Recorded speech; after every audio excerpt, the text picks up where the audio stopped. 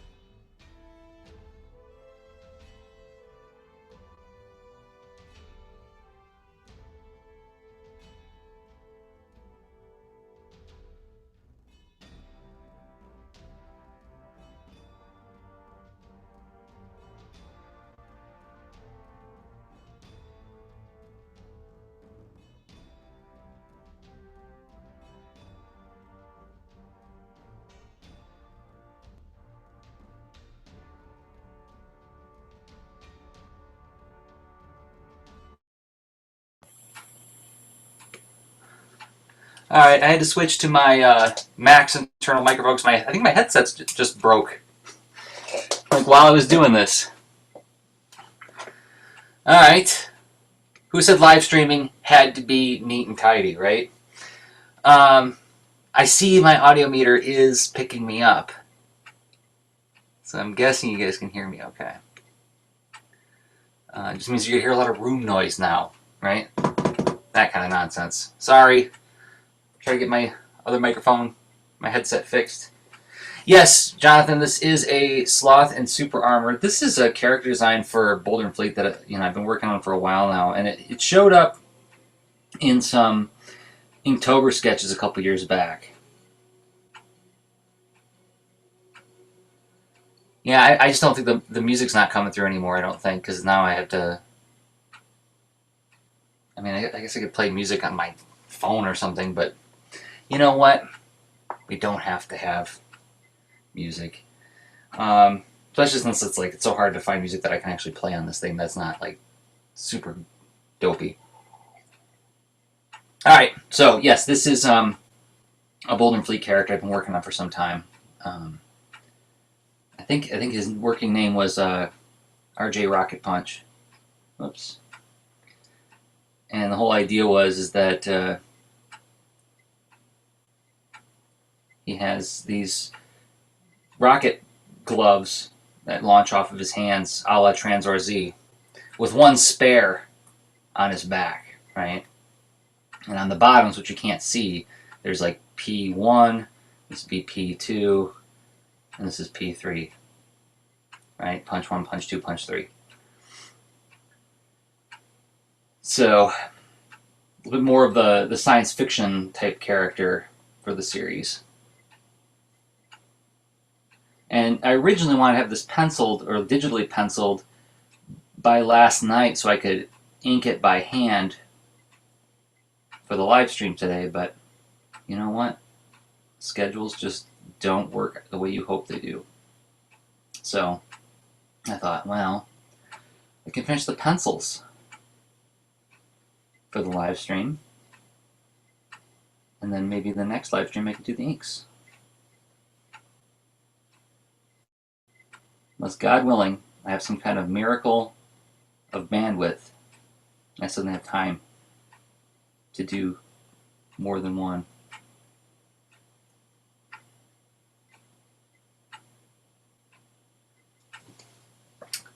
Thanks, man. Thanks, Jonathan. Yeah, I'm trying to work out ideas for some of the other characters that I want to show up in the next Boulder Fleet story, and he was one of them. Some of the ones that I really liked.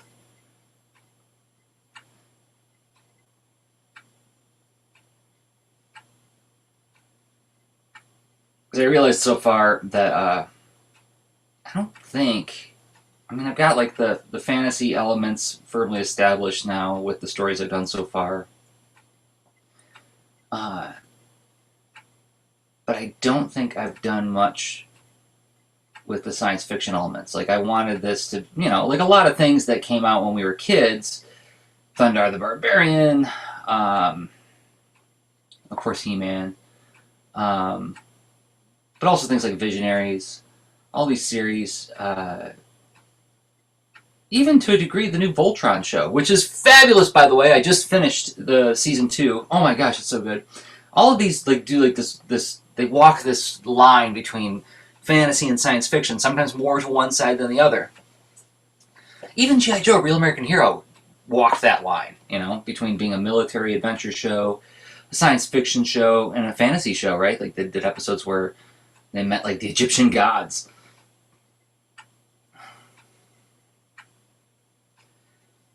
So I'm trying to find that line for myself.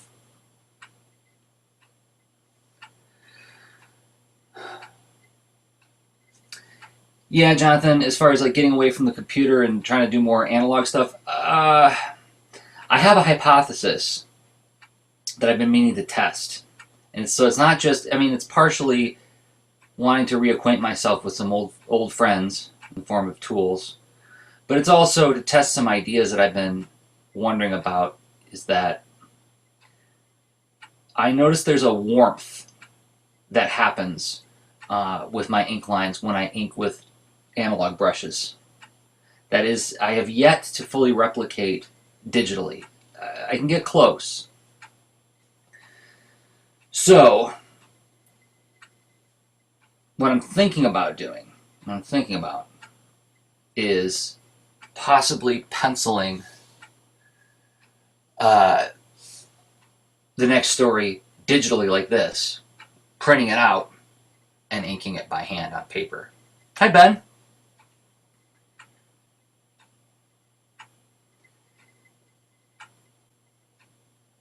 But at the same time, I've noticed that I have, I don't want to say I've fallen victim to, but I worry that I'm getting hooked on experimentation and fine-tuning and tweaking and trying different things, like the last Boulder and Fleet story, which was done on paper for Inktober, so I was able to ship a whole story in 45 days. If you count the 2 weeks it took me to write it, and then the 30 days to draw it. There's also part of me that's just saying, like, just ship the darn thing. Just do a book. Commit to something and see it through, So part of me is like, don't experiment. Do I print out the blue line or just light box it? No, I print it out. I got a ream of, what is this? Hammermill color copy digital cover stock. Is it a ream? No, it's a half ream. It's 250 sheets, 11 by 17. It's mentioned on Jake Parker's site. That's where I first heard about it. And it's a lighter stock than a Bristol. It's lighter than Strathmore 300 series, but it's really, really smooth. It almost feels like receipt paper smooth, which means that it goes through my inkjet printer great. But if you like a little tooth on your paper, you'll be very sorry if you try that paper. But if you like smooth stock, which I do, it's pretty great.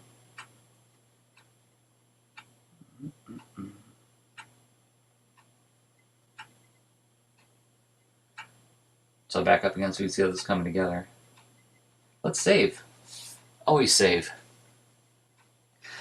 So yeah, I had a like, and man, it was one of those tools that I just could not get used to. And maybe it's because I had like a really lightweight, kind of inexpensive model. That could be part of it. Because I just hated how much the surface gave when I was drawing on it. And back then, the last time I tried one was like probably 15 years ago. I worked a lot harder on the boards than I do now. Working digitally and working with non-photo blue pencils has trained me to have a really light touch nowadays. A lot more so than I used to have. So maybe it would be a different story if I tried it today.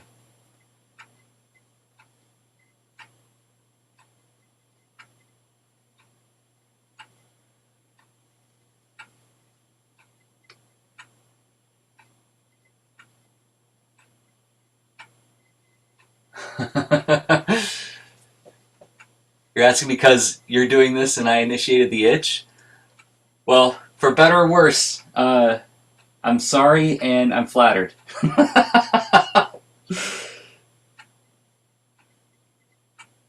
This is what we do to one another. We get each other excited about ideas and trying different techniques.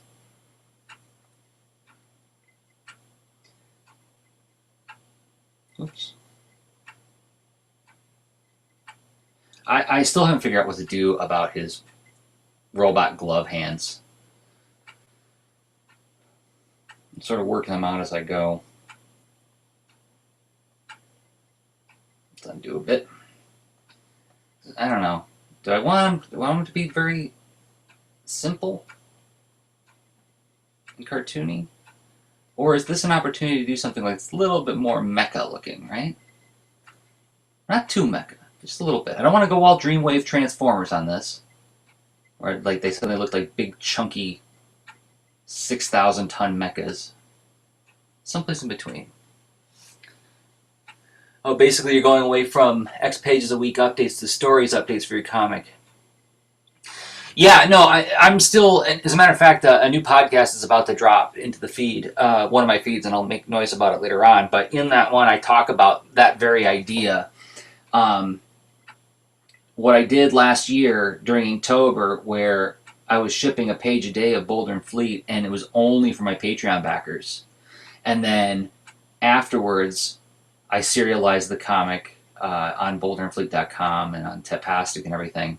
What I'm thinking about is, after that experience, is the Patreon is going to be the canonical place to get the updates as they happen. Why? Because those are the people who care enough about it that, like, it's not just like, oh, well, you paid me, therefore you get it early. It's more like, well, you're the people who really are waiting on this stuff. You're the people who really care about this stuff. So you're the ones who are not going to be bothered by me making noise about new pages dropping and reading it piece by piece, right? Everybody else, you'll get it when it's done. And I'm not making any commitment to the public at large about that. And like, yeah, maybe when new updates drop for the Patreon users, I'll make noise about that, right? To encourage people, like, oh, if you're wondering what the heck I've been working on, you can read it right now at Patreon. But thinking of eschewing or not participating in the traditional webcomics model of making some kind of promise to the public that I'm going to ship this many pages in this many days, whether it's a big chunk update or a small chunk update or a single page update. Forget that altogether. And instead, do it as I can. Share it with the Patreon users once they're done. And then wait till there's a big chunk, if not all, to share with everybody else. And actually, I mean, now that you mention it, Jonathan, thank you for bringing that up. That's the experimentation I should be doing. Not experimentation as much on the tools and process, but more like experimentation in the approach to publishing, right? Basically, you're going away from X Page Week updates, so stories updates for your comic. So it released between 2 to 6 weeks. Yeah, I'm thinking very similar thoughts, Jonathan, to what you're describing. Very similar.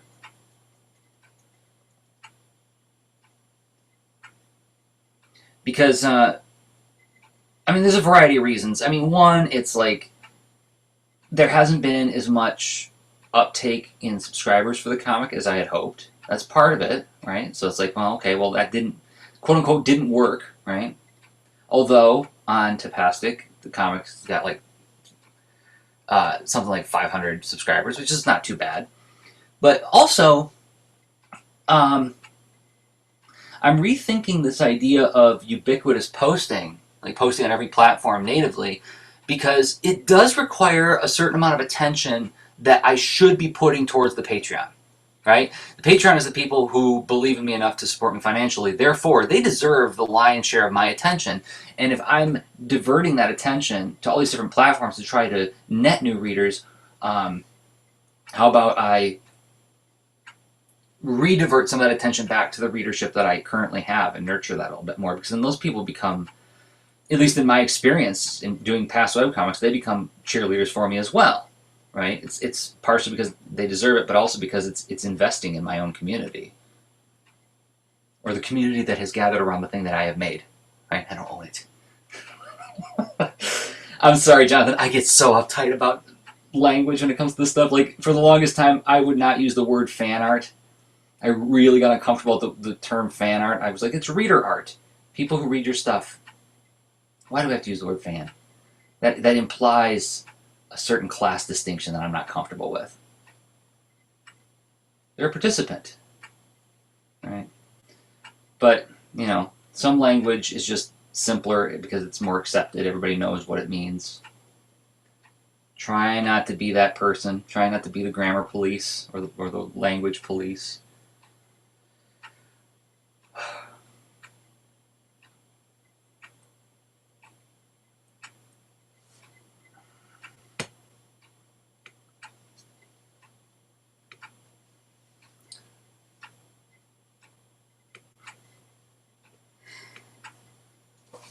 See how it's coming together?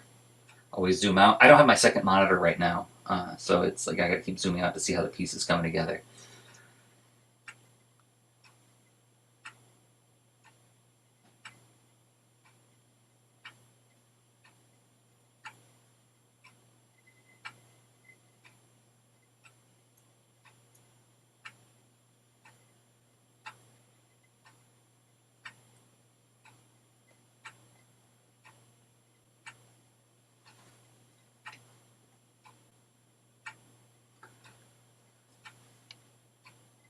Yeah, I should clarify, or at least elaborate on the point that you just made, Jonathan. So Jonathan's saying in the chat, um, the first year of Jonathan's comic, he did something similar to what I did, was like post and blast the stuff natively everywhere. Which, if you think about it, I mean, that's, you know, we're trying to get as many eyes on this thing as possible. That was my hypothesis. And I diverted my attention mostly to places that focused on sharing images, right? So Instagram was my platform of choice. That was like the canonical, or not canonical, but that was like the primary place I wanted people to find Boulder and Fleet. For a variety of reasons, which is in the podcast that's going to drop this next week.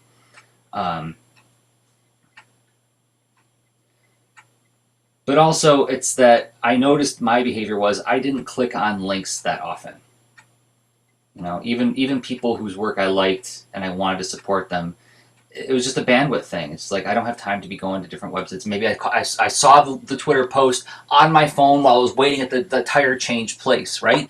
Some place where it would be not ideal for me to be loading up a full web page on my phone, right? But if the media was embedded in that post, then I would read it right then and there. And I know that I did that with certain artists, like John Rosenberg. You know, his comics, he posts them like right in his tweets sometimes, and I'd be like, well, that's pretty interesting. I should consider doing that. But having done that for a couple of years now, I noticed that there's some platforms where people really react to it, and some where they don't as much. You know, like Twitter. I don't think Boulder and Fleet got much of an uptake on Twitter. Oh, what am I doing here? What am I doing? What are you doing, Jersey? So yeah, so now it's time to pull back and reallocate resources so that I can be more effective to the places where I am getting reaction and interest.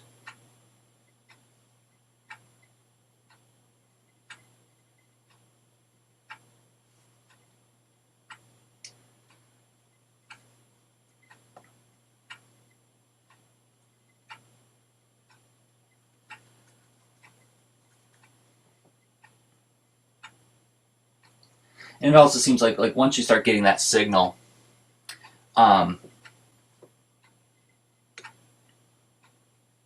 you know, from different arenas, audiences, then it just makes sense to start to like nurture what you're finding there.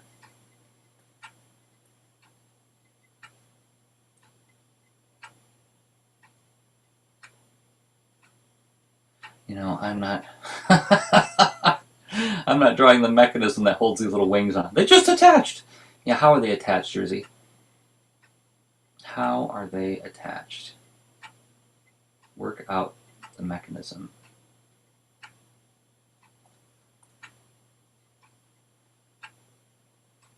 See, this kind of warm-up sketch, I'm trying to use this as an opportunity to think aloud about what I'm doing.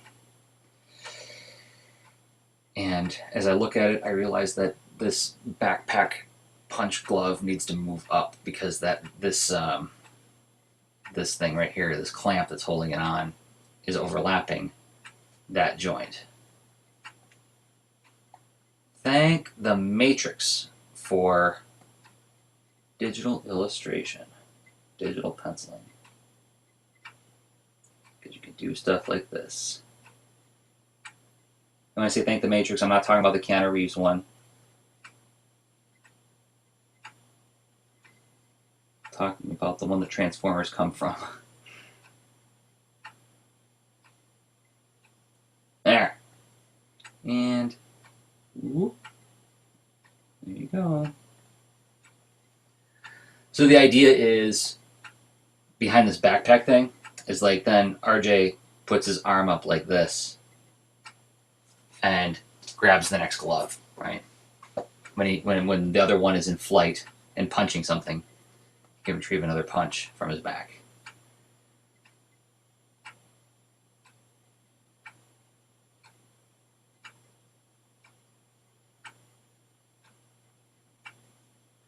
RJ Rocket Punch was actually a character name I came up with, like, I want to say like 8 or 9 years ago, and I actually started a mini comic about it where it was actually this. It was more of a mechanical man kind of story. Part of like this future police world. I didn't really feel it. So one year when I was doing a bunch of Inktober sketches for Boulder and Fleet, I found the sketch of RJ Rocket Punch. Like, oh, what would a character with that name look like in the Boulder and Fleet world?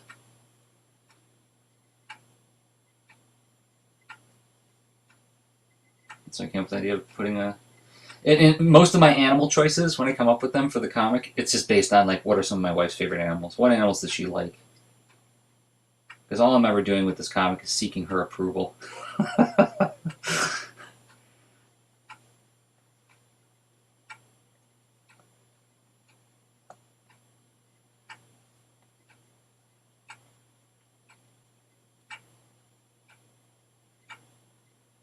Like every artist has that, like, or we've all seen that tragic story of the artist who's just trying to please some family member. I just want uncle to respect me. I just want my wife to be happy. I just want her to love what I do. I want to draw something that makes her laugh.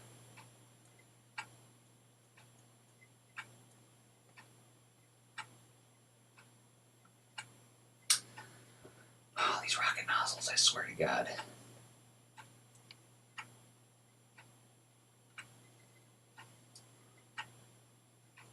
Alright. We're going to do the cheat. And arrow tool, alt click, drag.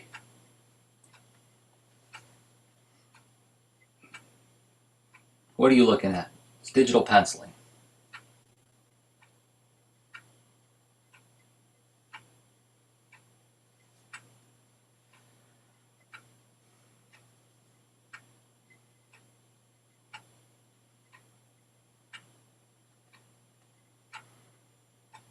So there's RJ having his lunch. And you know what? RJ's the kind of guy who would have a napkin on his lap. After all.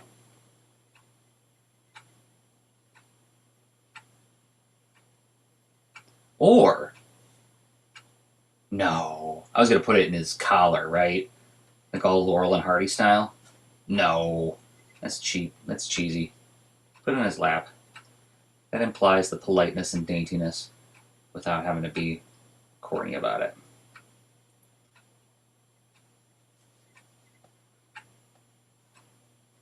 Maybe even...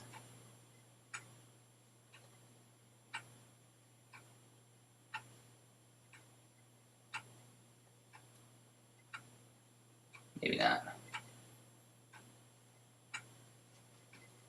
Maybe it's enough just to have him with a napkin on his lap, eating a sandwich in a tree, right? Does that rocket look right? Those lines going in the right direction?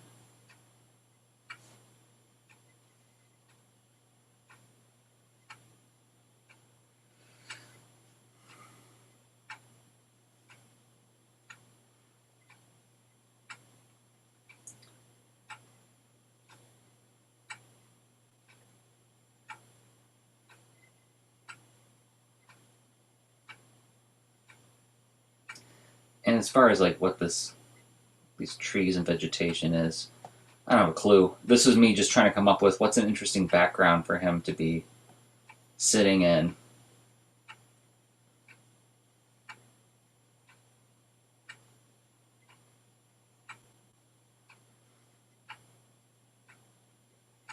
And sort of thinking about what compositionally works with this pose. Right? How do I fill the negative space in an interesting way?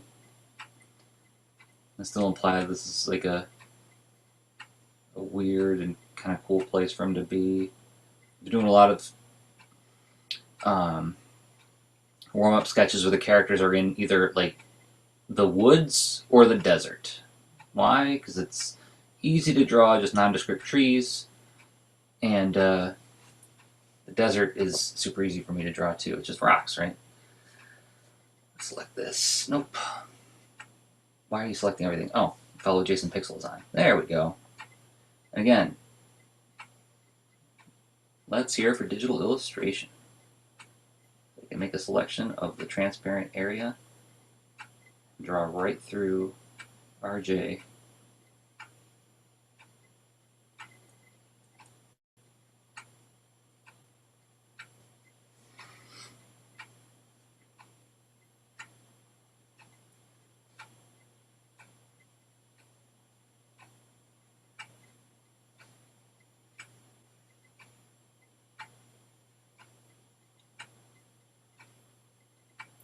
Like so.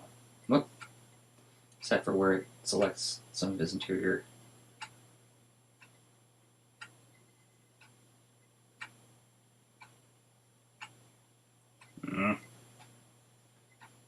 Did the structure of the branch without thinking about that twisting bark that I want to put on it.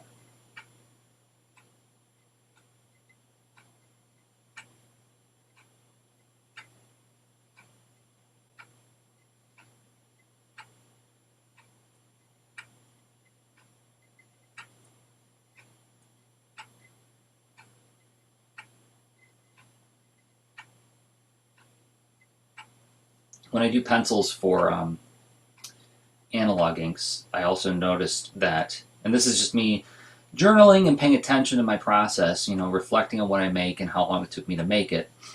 I noticed that I tend to stay looser when I'm penciling for something that's going to be printed out, and that's another reason I was thinking about, at least for this warm-up sketch, penciling it out digitally and inking it on paper. The last couple warm-up sketches that I inked on paper, I noticed that that was the case when I was doing the pencils. I wasn't overworking them, and I wasn't tightening up. Because like, if I were to ink this digitally, what I would probably do is, so here's my roughs. That's what I began with. Turn the opacity down on that, and then start tightening it up a little bit. But you can see it's not super tight. I would probably do one more pass with this. One more pass of pencils before going to inks, if I were to ink it digitally. Don't ask me why. I'm not sure. I'm really, I'm not sure I could tell you why that would be. Why would I feel so obliged? Because I mean, wouldn't that second pass or third pass of pencils just be inks then? Why not just do the inks? That bears some thought and investigation.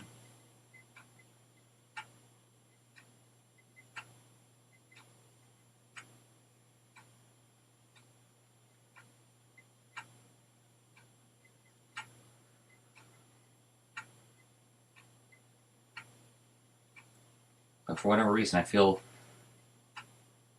perfectly comfortable just doing it as loose as that.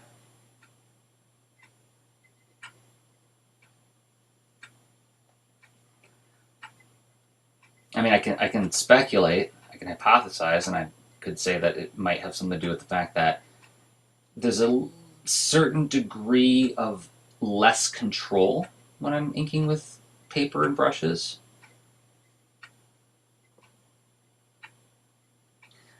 No undue, you know. It has to be a very glaring error for me to want to redraw it.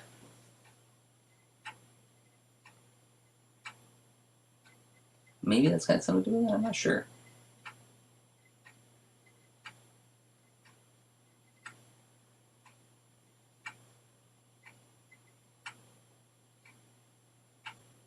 But historically, I mean,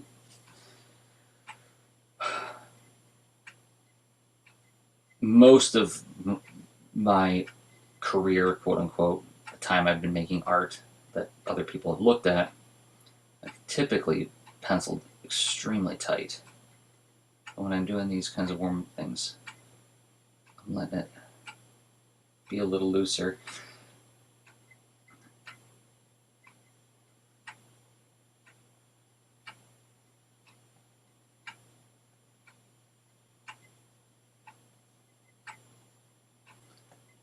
And that's what I'm trying to continue to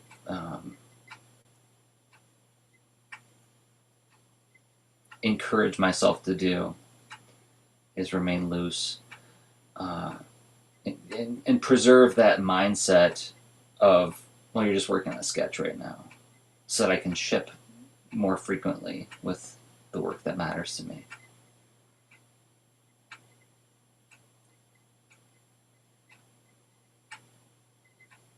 How you doing, RJ? Looking good so far. Let's break out that selection tool again.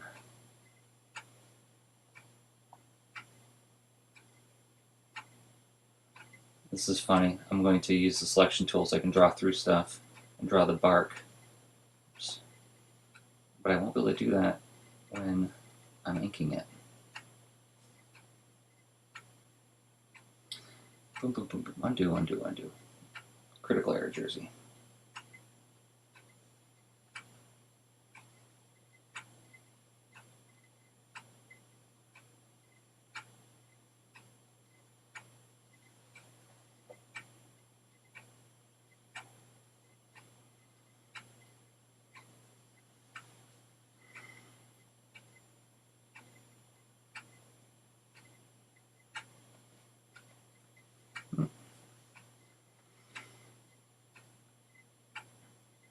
I don't know. Weigh in, guys. Who here pencils tight and who here pencils loose? I'm always impressed when I see somebody who can take a really rough sketch and turn it into a beautifully inked piece.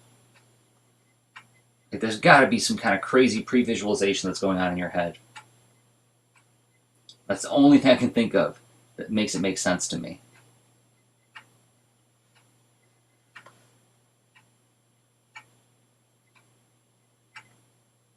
Because for me, the image has to take shape through my interaction with the paper. This is me thinking aloud. What I'm doing right now with the lines. I probably already said that a couple times, and that probably sounds kind of like hippy dippy to some people. Or Bob Rossi, right? Have a dialogue, have a conversation with the paper. But that is what we're doing. We're communicating.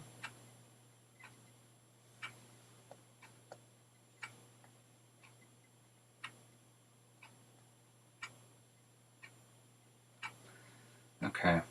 Now, let's work out some of those negative spaces. For that, and break out the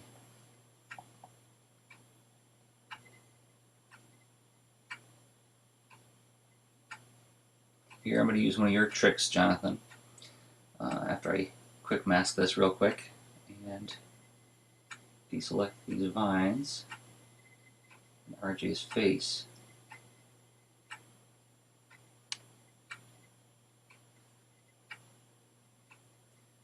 Have you used quick mask in Clip Studio Paint, Jonathan?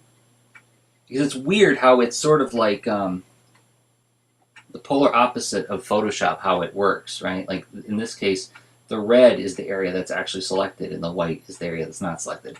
Photoshop represents that in reverse.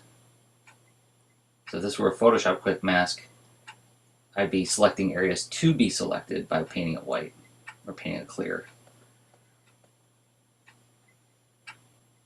Nope. Let's go set quick mask.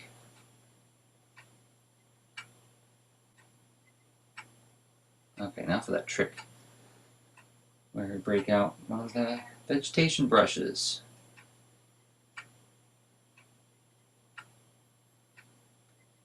Oh, turn up the particle size on that. Boom, boom. Nope, make it even bigger. There we go. Now I'm going to ink this by hand when I'm done. It's just like right now I'm just working out, like using the randomness of the leaf pattern. So I'll turn down that.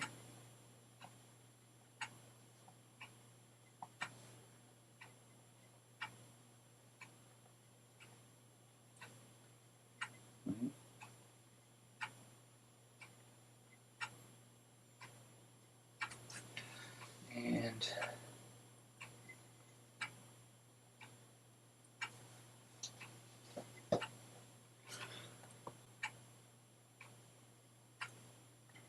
get some dry brush under here. Whoop, whoop, whoop. Smaller brush than that.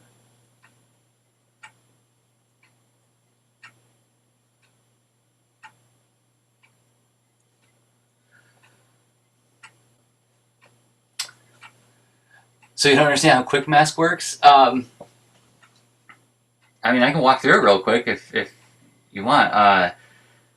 It's just a way of like another visual way of thinking about how selections work, right? So if I take this magic wand tool, right, and I go to RJ's shoulder pad here, and we get, it's kind of hard to see, the marching ants, right? I don't know if that's showing up on the screen or not, but you know what it looks like. You've done this 100 times. There's like the marching ants going around the selection. If I go to selection, quick mask, it represents that selection as paint now. It creates, as you can see over in the layer palette, this extra layer, this sort of temporary layer called quick mask. And now I can edit and adjust that mask using the paintbrush tool, or even break out the lasso tool again and continue to edit it and refine it, right? And you can even do things, and this is a place where I use it sometimes for coloring effects. Supposing I wanted to put a cool shaded gradient effect, but I wanted to have like a dry brush effect. So then I would go in with, let's grab a dry brush, and now I'm going to use negative, or rather transparent pixels to scrub out some highlights on this, right? So let's just pretend. So remember, the red or pink is what is actually being selected, and I'm working away selection with this dry brush. So when I go out of quick mask now, I go to selection, quick mask, and I take the gradient tool, foreground to transparent. I'll choose this, I don't know, first pick my foreground color, say purple, nice dark purple that we can all see, and radial tool. And if I drag the gradient on this now out, create a circle gradient, you see how, when I stop, I shut it off, it creates a smooth gradient with the dry brush sort of etched out of it, right? Which one could argue, like, well, why not just make the gradient and then just paint the etch stuff over top, right? Or do the etching after the fact. Totally, this is another way of handling it, right? So sometimes I do this to do like certain kind of metallic effects or like you know, reflections on windows. Speedy little way of doing that. So, and deselect because I'm not going to do that again.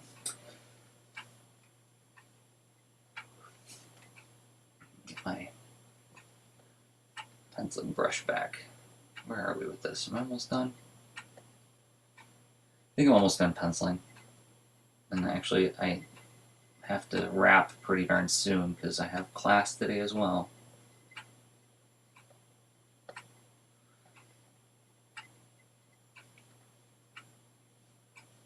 Whoops.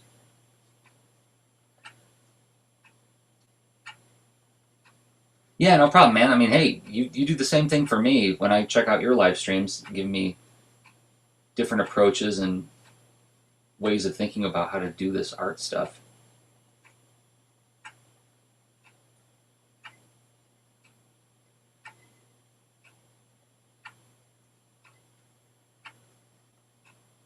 Oops, oops, oops, oops, oops.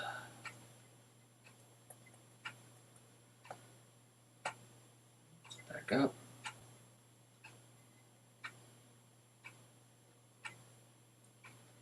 You know what? I was going to do some dry brushing there. I think I'm just going to break out some watercolor brushes to do this quick shading under there.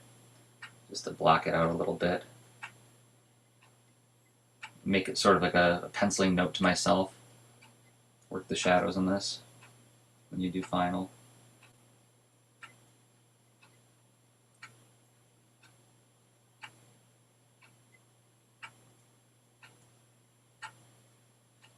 You can kill that.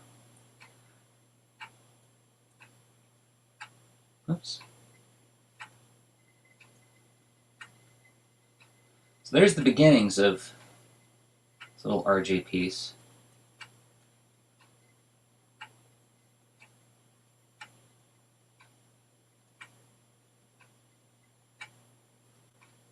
We'll see what it looks like when I do the analog inks next couple days or week. Wrong pen.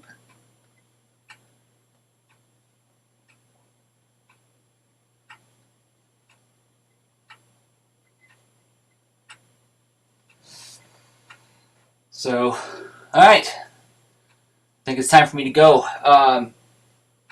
So let me save real quick.